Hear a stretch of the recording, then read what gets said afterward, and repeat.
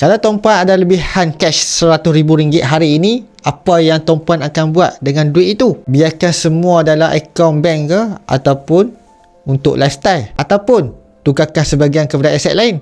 Bagi saya, tak semestinya semua RM100,000 itu perlu masuk ke dalam bentuk emas. Tuan-puan tetap kena ada cash flow, dana kecemasan dan simpanan lain. Tetapi kalau ada lebihan wang yang memang dirancang untuk simpanan jangka masa panjang, tuan-puan boleh mempertimbangkan untuk tukarkan sebahagian kepada aset emas. Sebab matlamat kita ni bukan sekadar nak ada income besar. Kita nak pastikan sebahagian daripada income yang kita hasilkan hari ini berjaya dikekalkan dalam bentuk aset untuk masa akan datang. Jadi kalau tuan-puan ada lebihan cash RM50,000, RM100,000 atau lebih dan nak tahu pilihan emas mengikut bajet, tuan-puan boleh isi borang set up di bawah ini. Saya akan guide tuan-puan sebaiknya.